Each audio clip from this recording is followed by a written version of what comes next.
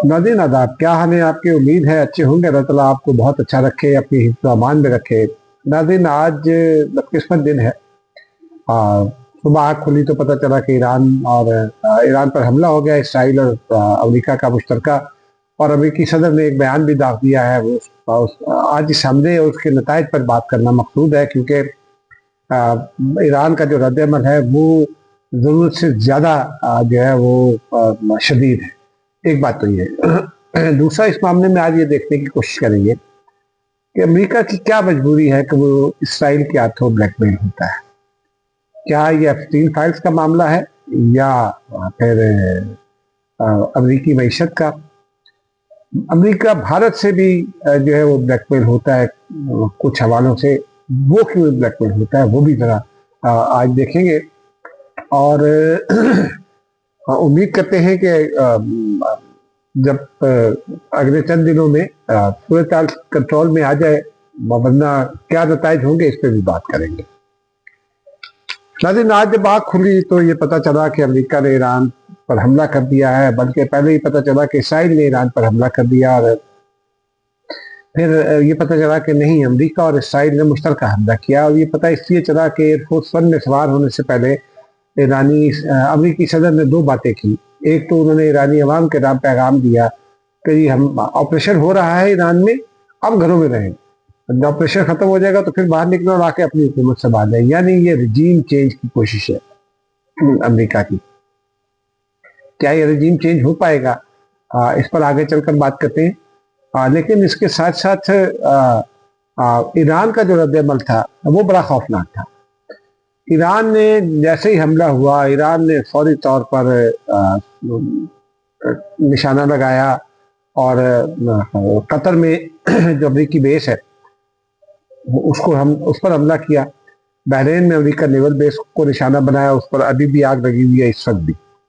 फिर उसने कुवैत में अमरीकी अड्डे को निशाना बनाया, और फिर यूएई में अबू धाबी में एक इमारत को निशाना बना डाला, और वो बुलंद बाला इमारत थी, और बीच मरीना को निशाना बना डाला दुबई में के करीब। तो यूं उसका रद्द-ए-अमल बड़ा शदीद हुआ। अच्छा हाँ, फिर सऊदी अरब को भी निशाना बना डाला। सऊदी अरेबिया ने मजम्मत की इन हमलों की। सऊदी अरेबिया ने ये मजम्मत अभी वो कर रहा था इन हमलों की, जो उस OIC मेंबर ममालिक पर हुए, अरब लीग के मेंबर ममालिक पर हुए, तो उस पर अपने पर हमला हो गया। पाकिस्तान ने ईरान पर हमले की बहुत शदीद मजम्मत की, लेकिन जब सऊदी अरेबिया वगैरह में हमले हुए और फिर ये पता चला कि जो हलाकत हुई है UAE में वो एक पाकिस्तानी शहरी किया, तो फिर पाकिस्तान की जानिब से बहुत शदीद मजम्मत की गई है। इसकी ईरानी हमले की भी मजम्मत की गई है, लेकिन उतनी शदीद, बल्कि उससे ज़्यादा शदीद अमरीकी हमले की भी मजम्मत की गई है, और इसराइली हमले की भी।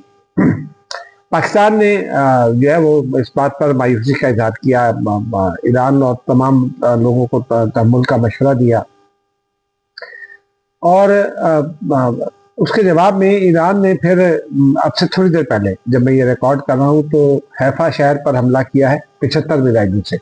ईरान ने ये ऐलान किया है कि उसने पहले तो अब्बास इराक़ची ने ऐलान ये किया कि अभी तो हमने फर्स्ट जनरेशन जो है ये पुराने मिसाइल इस्तेमाल किए हैं, जो हमारे पास लेटेस्ट जनरेशन है वो अभी देख लीजिएगा। फिर अली खामनेई साहब का एक स्टेटमेंट सामने आया कि जी आज रात दुनिया देखेगी कि हम क्या कर सकते हैं। तो ये इसराइल पर उसने ऑफेंसिव लॉन्च कर दिया है। 75 मिसाइल हैं, वो हैफा पर गिरेंगे या इर्द गिर्द के शहरों पर गिरेंगे, उनके नताइज क्या होंगे ये भी हम देखेंगे। लेकिन इस दरमियान में एक नतीजा ये हुआ कि अमेरिका और ईरान के जो मुज़ाकरात है जनीवा में, आज वो होने थे, ख़त्म हो गए। यानी वो मुज़ाकरात जो आज होने थे वो ख़त्म हो गए इसराइली ख्वाहिश पर। अमेरिका तो मुज़ाकरात कर रहा था, और इस बात के इम्कानात थे कि ईरान और अमेरिका आज के मुज़ाकरात में किसी डील पर पहुंच जाए। ईरान ने अमेरिका को ये तजवीज़ दी थी कि आप आइए हमारे ऑयल में इन्वेस्ट कीजिए और अपनी तिजारत कीजिए, या हमारे मिनरल सेक्टर में इन्वेस्ट कीजिए, रेयर मिनरल्स हमारे पास भी है, और कंट्रोल हमारा रहेगा। और किसी भी आज़ाद मुल्क का कंट्रोल तो अपनी सरजमीन पर, अपने वसाइल पर होना चाहिए ना।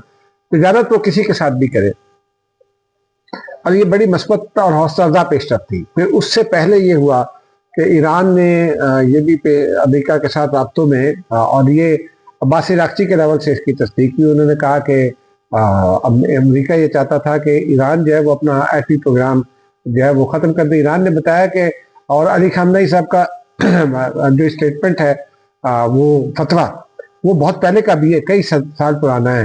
उन पर उन्होंने ये कहा था वादे तौर पर कि एटमी हथियार हम नहीं बनाएंगे क्योंकि ये हमारा मसला नज़र नहीं है, ये झुलसा देने वाले हैं और इस्लाम एटमी हथियारों की इजाज़त नहीं देता। फिर ये उन्होंने रियाइट्रेट किया था जब ईरान पर अटैक किया था इसराइल ने और ईरान जवाब दे रहा था, उस वक्त भी उन्होंने रियाइट्रेट किया था। और ईरान ने अब तक ईरान ने दगाबाजी कभी नहीं की, तो ईरानी सुप्रीम लीडर के इस बयान को जो है वो लेना चाहिए था मसलत सिम्त में, लेकिन इसराइल नहीं मान रहा था। इसराइल वो बिगड़ा हुआ बच्चा है जो अमेरिका की बात नहीं मानता बल्कि अमेरिका को अपनी राह पर लगा लेता है। अब ये मुज़ाकरात ख़त्म हो गए, दरीवा मुज़ाकरात। इसमें एक पहलू जिसकी जानिब रूस ने अपने रद्द-ए-अमल में इशारा दिया है वो बड़ा इंपॉर्टेंट है। उन्होंने ये कहा कि बदकिस्मती है कि नए मुज़ाकरात की आड़ में जो है वो हमला कर दिया, लेकिन उन्होंने ये कहा कि बाहमी राब्तों में हमें ये बताया गया था कि अमेरिका ईरान पर हमला नहीं करेगा। एक बात तो उन्होंने अपने रद्द-ए-अमल में ये कही, लेकिन दूसरी बात उन्होंने और ज़्यादा खुलकर कही। उन्होंने कहा कि ईरान का जो एटमी प्रोग्राम है उस पर मुज़ाकरात मुसलसल जारी हैं और उसकी मॉनिटरिंग जारी है IAEA की जानिब से। तो जब IAEA मॉनिटरिंग कर रहा है और वो बाइख्तियार आदमी अदारा है, तो फिर किस अखलाकियात के तहत, किस कानून के तहत आपने हमले किए ईरान पर? ये बड़ा स्ट्रांग नुकता है। ईरान इसको अपनी डिप्लोमेसी में आइंदा इस्तेमाल करेगा। अब से चंद लम्हात पहले ये खबर भी आई है कि सलामती काउंसिल ने नोटिस ले लिया है इन हमलों का, और सलामती काउंसिल कल जब उसका इजलास होगा उसमें पाकिस्तान भी होगा, अपना नुक्ता नज़र पेश करेगा, और चाइना भी होगा। चाइना ने रेड अलर्ट जारी किया है और उसने कहा कि चीन के अंदर, क्योंकि चीन को शुबा ये है कि इस बहाने चीन के अंदर को साजिश करने की कोशिश की जाएगी, तो चीन ने कहा कि चीन के अंदर कोई साजिश या काबिल कबूल नहीं होगी और हम उससे निपट लेंगे। और रूस तो वाज़ेह तौर पर अमेरिका के खिलाफ आ गया है। और इस दरमियान में ये भी हुआ कि हुसी बागी जो है वो किसी पेश की इतला के बगैर इस मामले में दाखिल हो गए। उन्होंने इसराइल पर मिसाइल भी दागे हैं, लेकिन उन्होंने बहरा अहमर पर जो है वो तिजारती जहाज़ों की जानिब अपने मिसाइलों का रुख कर दिया है, और रेड सी जो है इसका खतरे में है। ये जो तिजारती गुजरगाह है रेड सी की, सारी दुनिया की तिजारत के लिए बहुत ही इंपॉर्टेंट है, लेकिन ये इसराइल की तिजारत के लिए है बेहद इंपॉर्टेंट है। तो इसराइली तिजारत जो है वो अब खतरे में है जब तक हुसी मौजूद है। ये एक बड़ा मसला है। ईरान के 7 मुल्कों पर हमले के नतीजे में ये जंग फैल सकती है, ये भी एक बड़ा खतरा है। पाकिस्तान ने गो के मुज़ाकरात के खात्मे पर जो है मायूसी का भी इजहार किया। पाकिस्तान ने ईरानी हमलों की भी, अब से थोड़ी देर पहले दफ्तर खारजा का स्टेटमेंट आया, उसमें ईरान पर हमलों की भी मजम्मत की और ईरानी हमलों की भी मजम्मत की बरादर ममालिक पर। पाकिस्तान का ये समझ और ये मौक़िफ़ पाकिस्तान का बिल्कुल दुरुस्त है कि सऊदी अरेबिया पर हमला या बाकी गल्फ ममालिक पर हमला जो है वो इस खित्ते को दम इस्तेहकाम का शिकार करेगा। इसलिए पाकिस्तान ने ये तमाम ममालिक से दरख्वास्त की है कि वो तहम्मुल से काम लें और नेगोशिएशंस के जरिए जो है पीसफुल हल तलाश करें इस मामले का।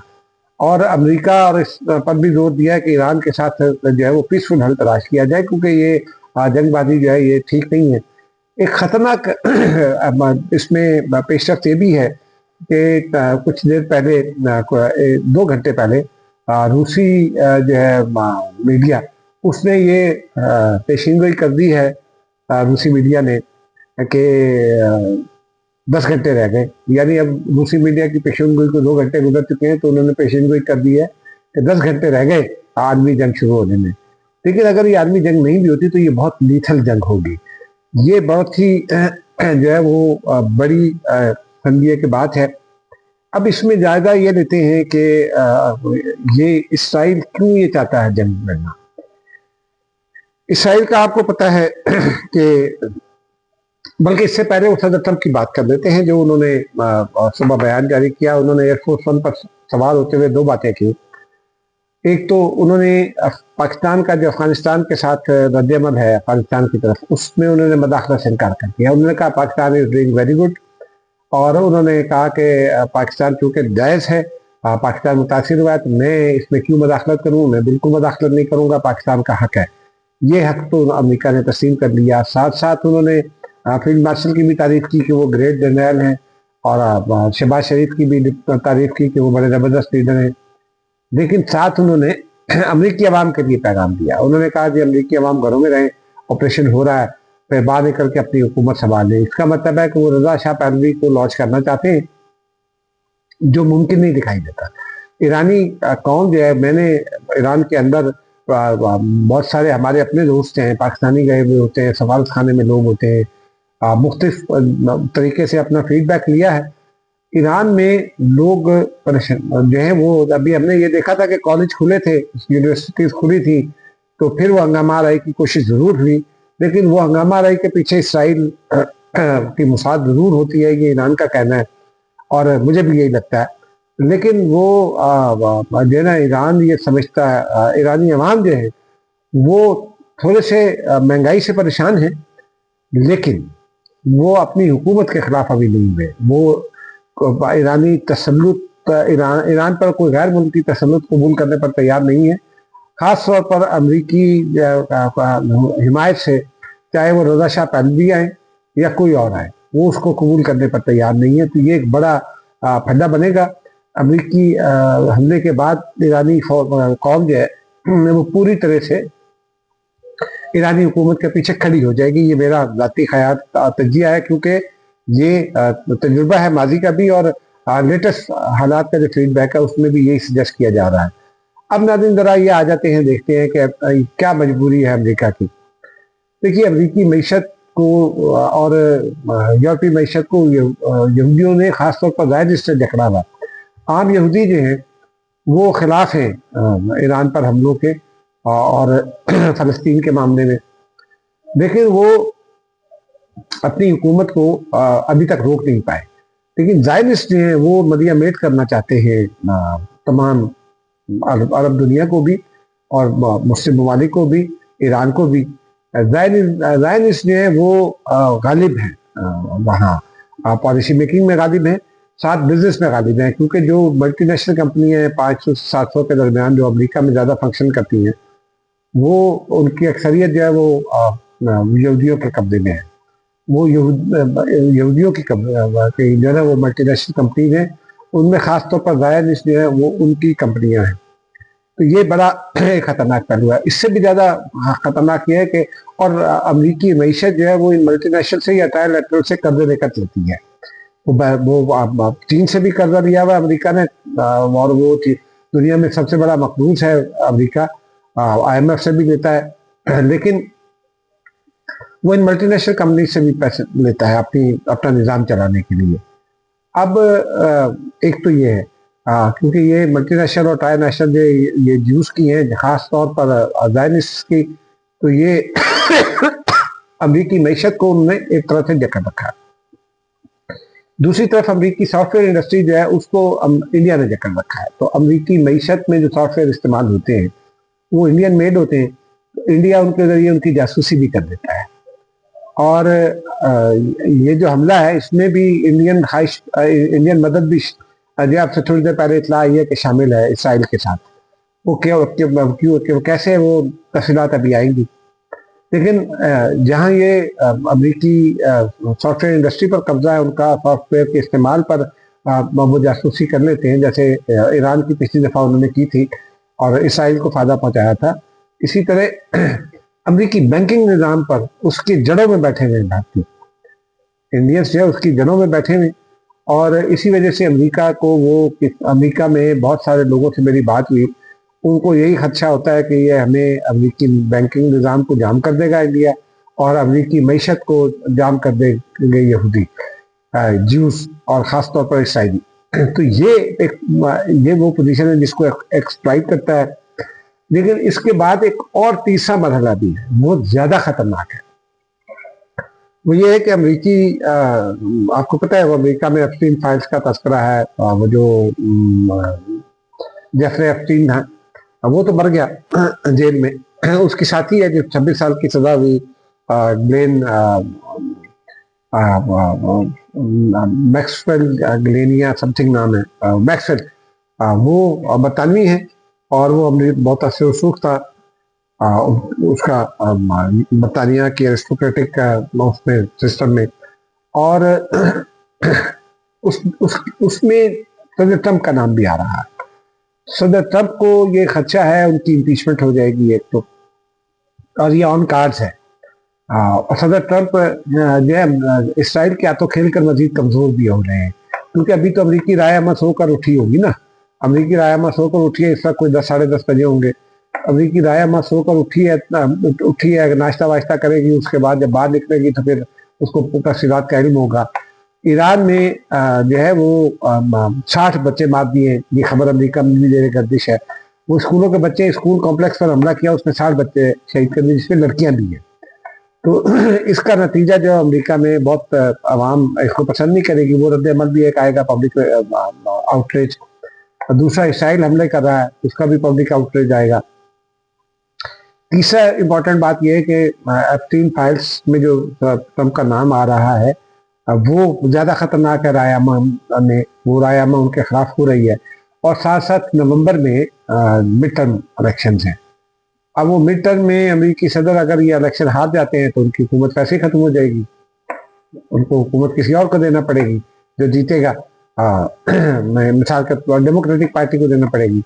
और अगर उससे पहले इम्पीचमेंट हो जाती है तो फिर तो मामला ही कुछ गड़बड़ है।